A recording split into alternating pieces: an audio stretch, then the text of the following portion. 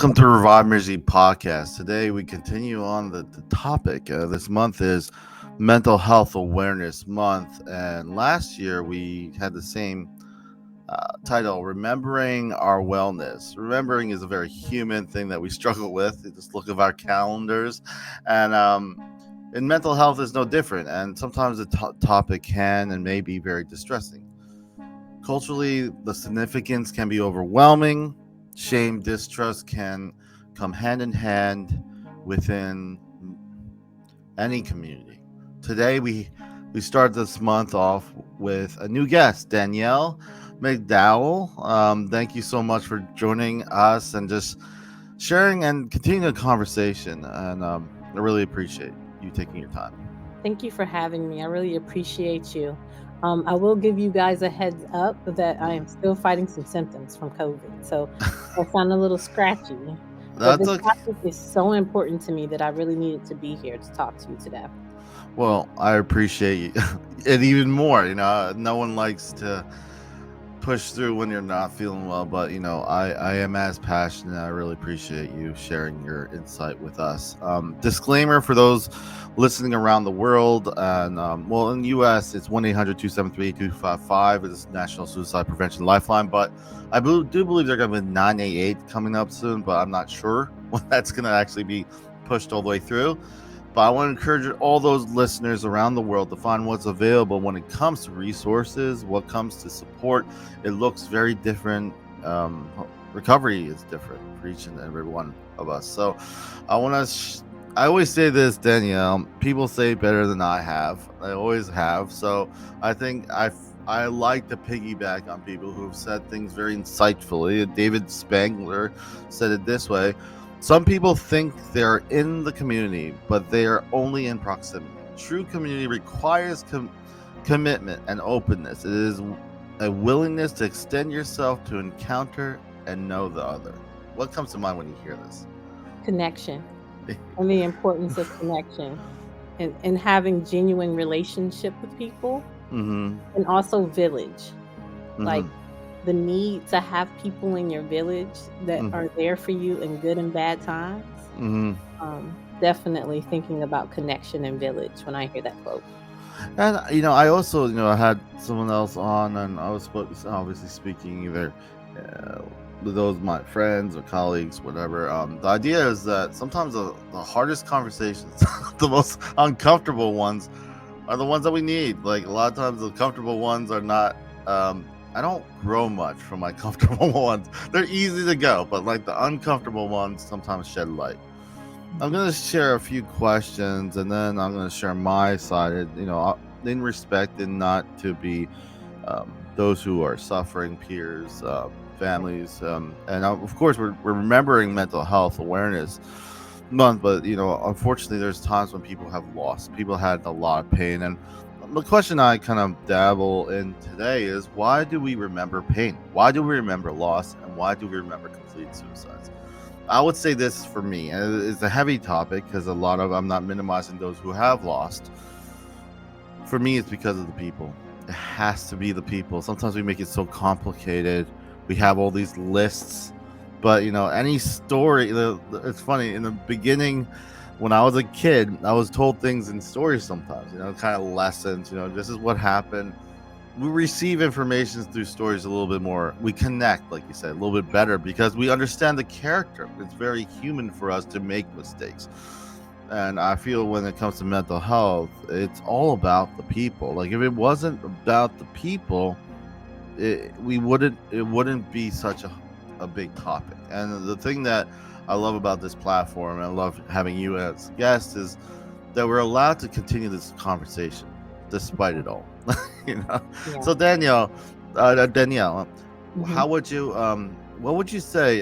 Could you share your take on why we may strive to remember these painful things? These things when we're talking about, and not to minimize those who have lost, but why do we latch on to these things, and why do you think it's important, especially in Mental Health Awareness Month? Well, in the work I've done in the community and working with clients, a shared theme I've seen from people who have lost people through Mm, suicide has been um, the being left to wonder if I could have done something different, Yeah. or being left to feel like that wasn't the end of that person's story, right? Mm-hmm. And that void makes Mm-hmm. it difficult sometimes to move past what took place. And so you revisit that pain and you revisit that hurt Mm-hmm. because there's a void there. Yeah. Um, and it's natural when you have connection and you care about someone, uh, Mm-hmm. to grieve their loss. Mm-hmm. And so when Yeah. we lose people, we definitely naturally grieve them. But if we lose someone due to those types of circumstances, it can be Mm. a more complex thing to deal with. Yeah, we're the ones left behind. Yeah. We are the ones that in other terms is like, could I have done more? Yep. And to even go even further on that is, um, you know, it's too short. This was too short. Like they had so much more. One thing that people always talk about is time. And I'm just thinking about, like, we never have enough of it. Mhm. We never have enough of it. And in some ways, one person told me this, and I think it does connect. Um, if you don't respect your time, no one else will. Mhm. And it's very true. Sometimes I feel sometimes that we don't have this safe place, especially amongst my peers, those people who are suffering with mental illness. They don't feel they have the time. So inert, no one, their time, they don't treat it as time that they deserve. Yet they don't really sometimes even allow themselves the time to self-discover. I know each case is different, but I Mhm. would say time is something we don't really pay a lot of respect to. We don't really say, I want to put boundaries because I need time to think things through. Yeah. And the one thing that's funny is value. Mhm. The value word comes out a lot, but a lot of times value doesn't have a lot of value for us. Yeah. It just gets said as word. My wife has this one book. It's untranslatable words. I butcher every single one. They're from other countries, but this Okay. is Welsh. It's Hrath. It's a homesickness for somewhere you cannot return to. The nostalgia and grief of a lost place, of your past, places that never were. Mm. It's crazy. It's crazy. This word encapsulate a lot of, at least from my personal experience that I experienced. Even at a basic level, you go to school, you're like, everything's bigger, everything's different. It's not the same. Imagine something like what we're talking about, loss, grief, and stuff like that. What if it is sometimes, at least from my experience, either one end of the spectrum. It's either I did nothing, I wasn't there enough, or Mhm. what if I could have, or this and that. Not to minimize those who have lost, of course, Yeah. but also just to be reminded, why do we remember this month? Because unfortunately, this is the hard part of it. This is the things that we want to prevent from happening from our families and friends. And why do we want to prevent it? Because they're the ones we love. They're the people we care about. So when we go back in turn, it does kind of speak volumes. When you see this word, and what comes to mind when you see this word? That we can, as humans, forget when we focus so much on the past, Yeah. that the present and the future can bring about light and Mm-hmm. gifts to us as well, right? Um, Yeah. and so sometimes we can lose out on our current present moments and Mm. future moments by focusing so much on the past. And so the journey of healing is so important, is what I get from this quote. Yeah, and I feel sometimes the danger is that I'm gonna know and remember what I did wrong so much that it'll never happen again. And the Mm. problem with that is life changes. The Yeah. uncertainty is there. But Mhm. one thing I'm reading, notable people who inspired me, like Mhm. Viktor Frankl, is that there is an element of hope that you can't really quantify, Yeah. and it does. Like the idea of, if I, the idea that the simple idea that I am looking forward to another day, that I think Mhm. there's another day coming, does your viewpoint changes. But if your viewpoint is that everything is borrowed time, Mhm. why would you invest in yourself then? Yeah. If you feel that, and I feel sometimes we get, the fear kind of consumes us in that regard, because whatever the case. Not like I said, just not to minimize, but this is something that I worry. I Mm, worry for myself too. Sometimes there's things that you have to provide yourself time to reflect. yes. There's no quick fix. There's no shortcuts. There's nothing like that. So No. now shifting gears, we're going to talk about the community. Obviously, Mhm. we kind of focus a little bit more personal about our own lives or what our perspective, what our experience has been. Destigmatize destigmatizing mental health. Mhm. It's complicated. It's not just one thing. There's so many cultures, so many backgrounds. Mhm. And I even tell young people, like younger people, they're like, how do they not get it? The older, I'm like, well, how a lot of information came later, you Mhm. know, and you're talking to a 70 or 80-year-old. How do you expect them to just understand? And I feel that's where sometimes the disconnect can happen. But Mhm. I want to hear from you. How do you feel a community can approach this topic tactfully? Well, I think you raised a great point with the young people, right? Yeah.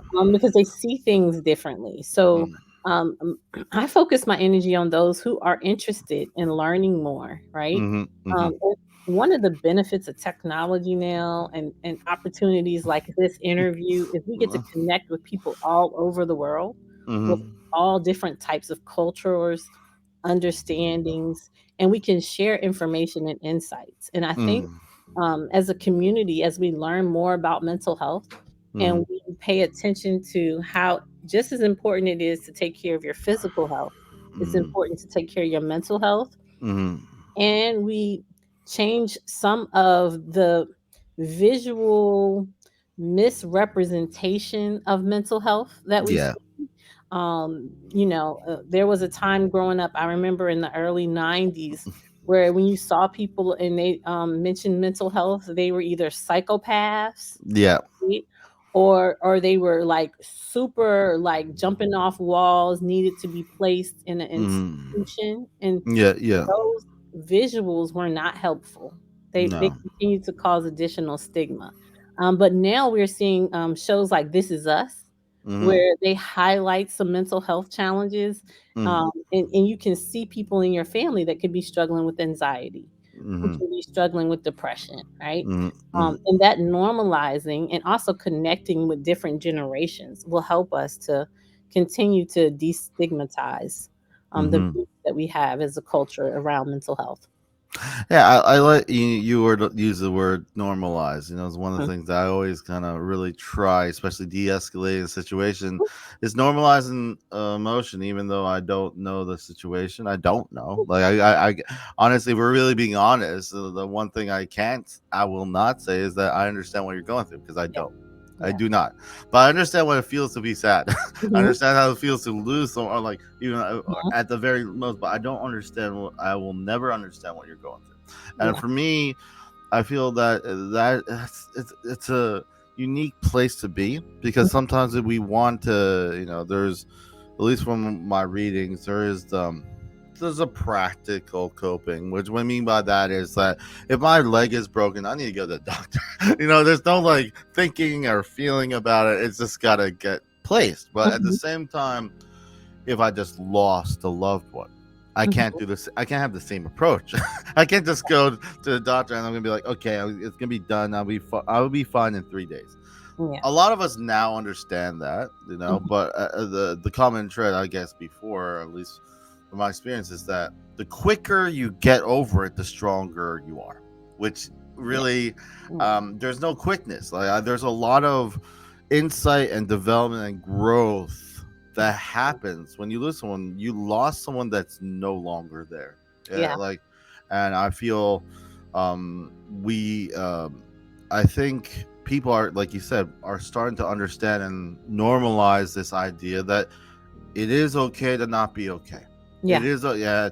And the one thing that I always kind of find funny is that there was always these health diet things, right? Mhm. And if you don't like yourself, if you don't if you're no hope for the next day, why would you eat broccoli? Why would you try to better yourself if you don't really like yourself in the Mhm. get-go? So it does kind of bleed into each other, how compliant you can be in your health, Mhm. or even having a reason to be. You know what I mean? So Yeah. if everything's borrowed time, so these are why mental health kind of bleeds into a lot of things, and I feel it's Mhm. very important myself. Can you tell me, like, I want to shift gears also, just, your new guest, and also this topic is best told when it's a little, when it's more told when people know the person a Yeah. little bit. So, Mhm. within reason, can you tell us, the listeners, myself, more about your story? Remind us, Mhm. and I know remind, but remind even yourself why you do what you do today. Like, why is it important? The one thing. And so, go ahead. Okay. Well, I'm gonna take you back around 2009. I was a high school teacher. Mm, I had a little girl, and everyone would always say, "Your girl is so mannerable. She's so sweet. What are you doing to raise her? She's so smart and intelligent." mm, And I mean, I really couldn't take a lot of the credit because I wasn't doing anything special except loving on her, right? mm, Well, around that time, she started having some challenges, and I didn't mm, understand what those challenges were coming from. mm, Later, I learned that she struggled with a mental health condition. mm. I won't talk too much about her story because I think that's her story to tell. That's fine.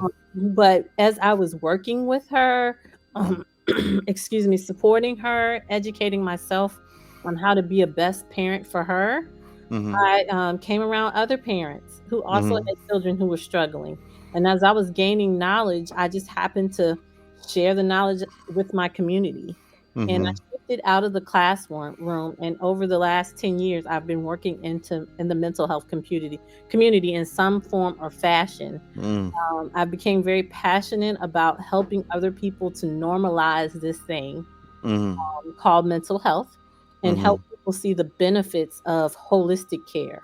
So just mm, as important it is to exercise and eat right, it's mm, important to manage those feelings mm, and make sure that you get the supports in place, whatever that looks like for you. So some mm, people like therapists.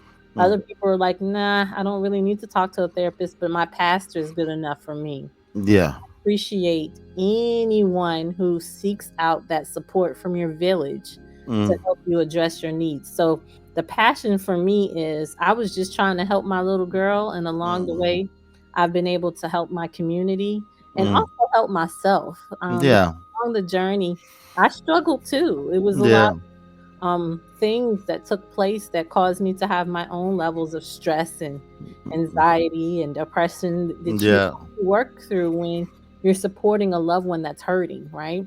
Mhm. So my journey has definitely been a topsy turvy one, Mm, but I thank God for it. I think mm, for He's given me the space and the opportunity to do my part to continue to share that we can continue to heal, mm, and also recovery looks like a journey, a lifetime journey that you mm, choose to take. mm. So I'm blessed to be able to do this work. Yeah, it's it's just a lot of times you're especially what I've seen even in my own life, Mhm, me struggling with mental health issues, and I just mhm. remember just mm, helping others became my healing. That Yeah. was it. Okay. Recovery, like serving became my recovery. Like, it was just this kind of I learned more. Mhm, I do a lot. I'm a leader in church, so sometimes I do Bible studies with younger kids, and like a lot of times I learn more mhm, about than I. So there's a little humbleness. I find that at least those who are not faith based, this is not a proselytizing. But one thing I do love about faith is at least because I wasn't always in the faith. Tell you the truth, mhm. was because was the idea that I just saw everything, especially when I was struggling, that everything was changing. Yeah. And at a basic level, as simple as it sounds, and people might say, that's weird. God, when I read the Bible, doesn't change. And that was comforting. That was it. That was it. It was really weird. And that for me, it was more that there's so much changing, and like even good change is stressful. So Mhm, I felt that was my, like you say, holistic. That was part of my holistic that I started to build, and mhm, I feel community is when you're able to admit that you need help, mhm. it takes courage. Like people are like, well, no, it does, because Mhm, sometimes you're not in a safe environment. Maybe you not feel, because a lot of it's perception. mhm, You shared your story, and a lot of times there's support groups. Why are there support groups? Because there's some benefit to sharing stories mhm, amongst people. Like, I mhm, just remember seeing a study, and even seeing personally, people will share things in their lives that are so personal, so damaging. You can, like, how do they survive? And then you're like, and they feel better, and they do better just by talking about it. yeah, Nothing on paper is better if you're looking at, but yeah, it is getting better. There's something about it, and I mhm, found that very intriguing. Coretta Scott King said, the greatness of a community is most accurately measured by the compassionate action of its members. No, it's one thing to be like, where our city is amazing. I'm not gonna name a city because they'll hate me. Our city is amazing. mhm, But what I noticed, and you probably notice it, a smaller scale, is a restaurant. mhm, Food's pretty good, in those restaurants, especially you read up. But what do you notice is the small things. The small things, the intentionality. Hey, mhm, do you need this? Oh, I mhm, noticed this. Even if they make a mistake, that's even more impressive. They mhm, make a mistake. There's no like, oh, the cook mess. We are so overstaffed. Even if they're overstaffed, mhm, I mean understaffed, um, they take the accountability on themselves, and they're there just to serve. mhm, Um, why is this so impressive? Because it's very rare.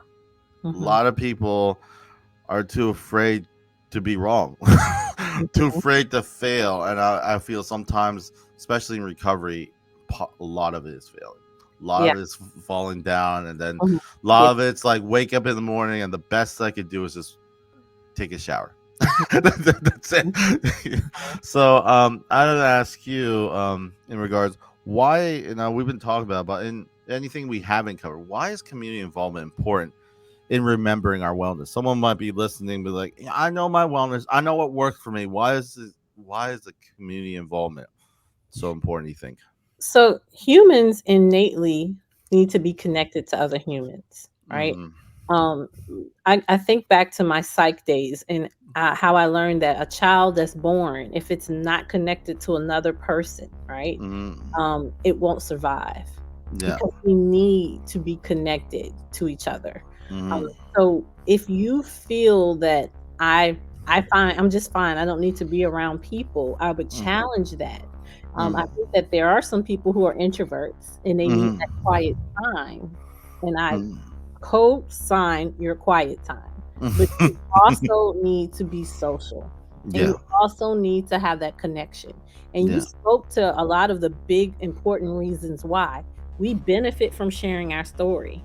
We Mm-hmm. benefit from showing compassion and Mm-hmm. helping other people. Whenever you give to someone, you are receiving something back every Yeah. single time, right? And Mm-hmm. you cannot do that unless you are connected to your community. So figure out what that looks like for you. And it can be on a small scale. I'm not saying that you have to know all your neighbors on your street, right? Mm, yeah. You might just decide to pick one and say, "Hey, I'm gonna connect to this person." Or Yeah. you don't need to know everybody at your church. Pick Yeah. that 1 or 2 Exactly. people, Yeah. right? Exactly. Build that connection, someone who genuinely cares about you and you Mm, can genuinely care about them, and mm. you will see how different it will make your life and the people's lives around you. And I think, like I mentioned before, when we respect our time, when Mhm, we value our time, when we value ourselves, and mhm, it's very simple to say. These are just words, but it takes, you need time to do these things, to mhm. reflect on these things. You need to say no. Yeah. Sometimes it's the hardest thing to say sometimes. Like, Mhm, oh, can you help me there? And you could be super outgoing in church, and I know this. You could be doing everything and everything in church, anything, and mhm, you're not taking care of yourself. It is that one drawback of serving. If you're not careful, that you'll overserve with mhm. ignoring your own needs. Yeah. And then the worry that I see is that you'll become bitter, and then all that progress can, I'm not saying will, but it is something that I think we always need to kind of reflect on why we're doing what we're doing. Mhm. We're not going to save everyone. We're not No. gonna, yeah, but at the same time, that's okay. Yeah. But that's the whole point, is that's why a community is important, because Yeah. everyone is connected in some way or fashion to someone that Yeah. maybe I can't reach. It's the one thing I remember with ministry. You try, you try to bring someone to church. I might be the one who just gives them a ride to church. That's it. Mhm. He doesn't Yeah. want nothing to do with me. That's it. So like in recovery, it's the same thing. I could just be that small thing, but that's what the whole thing about community is, because each of us play a part. Yeah. Well, Yeah. yeah. And What would? to the point you were making about if you're a person who overgives, I Mm-hmm, encourage you to learn how to receive then. mm-hmm, Because when you're connecting with people, and I think that there is still a really good part to giving to people, mm-hmm. but just as you give, you leave your hand out to receive. And you Yeah. want to be able to be comfortable receiving. So if you're one of those people who are always giving, Mm, I encourage you to just give yourself a deadline and say, like, I'm going to give myself the next 30 days to only give to myself, mm-hmm. and get into the habit of seeing what it feels like to receive some things instead of just doing all that giving. And I think that's very important, because sometimes we're the most awkward people when someone gives us something. We're like, Yeah. wait, who are you? But I think it's very important. And it's actually kind of hilarious in the faith base with being a leader, because we go about this whole thing about salvation or whatever, Mhm.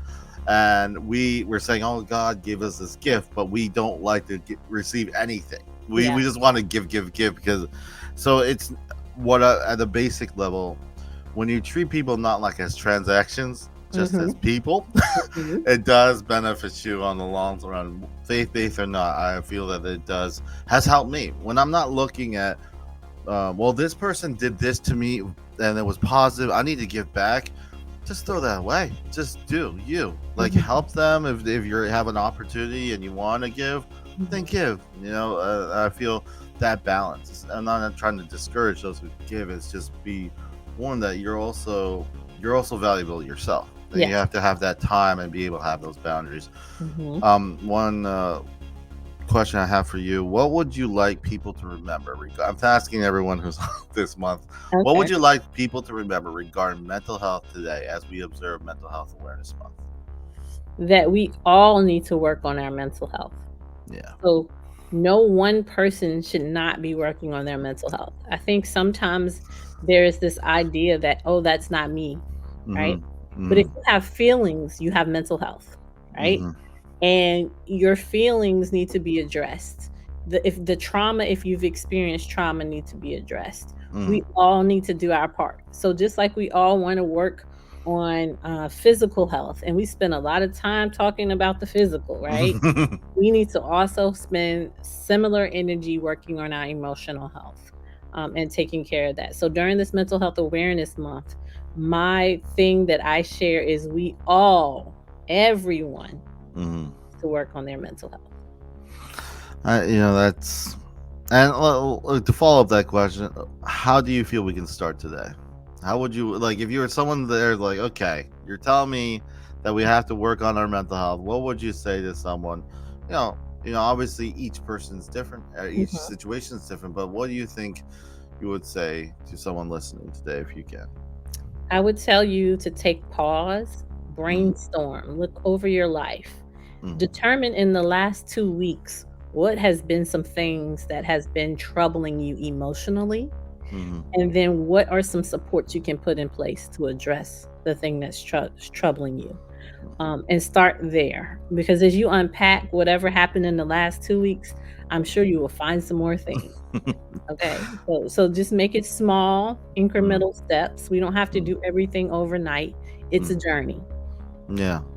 It's funny when I was in the military, and I worked on planes, and some parts you don't, some tools are required for certain things. Hmm. Just, if it doesn't work, you just don't always use a hammer. Tell Yeah. me. There's other tools. So, like, spending that time to reflect on what's not working.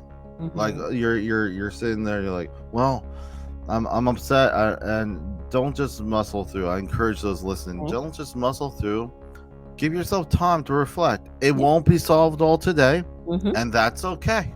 Yeah. And that at least that's my advice on my side of it. Mhm. Any last final thoughts you want to share with those listening today? I just want to thank you for listening, and I want you to genuinely sit and reflect on what we talked about today. What is my community looking like? Do I need to add more people to my community? Am I spending time addressing any trauma I might have experienced? Am I also taking care of my emotional health? And if the answer is no to any of these questions, then you have to take some actionable steps to change some things. If you are struggling to figure out how to find those resources, then make connections so that you can find the resources you need to get you the help that you need. Yeah, and like I said in the very beginning, even when it's not raining, you're like, things are just, those are the times that you could go and find out what's there, because when it rains, it does pour sometimes. And I do encourage those, wherever you are in the world, find out what's there. Even if it's a mosque, a church, whatever it is, find it, be with that community, find what helps, and if you're in the United States, of course, if you are thinking or have thoughts of suicide, or you're contemplating, or you're just struggling, this number is a great number to call and just to talk to someone, and they could actually help you. Right now we're in this information is not hard to come by, Yeah. but I'm not trying to minimize those who maybe not have access. So wherever you are in the world, I will encourage you, find someone. We are not islands. We need each other. We need the community. Thank you, Danielle, for joining in discussion today. Remember to stay updated on all things Revive Ministries through the various platforms, ReviveMinistriesFL.com. This is goodbye from Revive Ministries Podcast. Leaving with last quote is from Oscar Wilde. He says, "The smallest act of kindness is worth more than the grandest intention."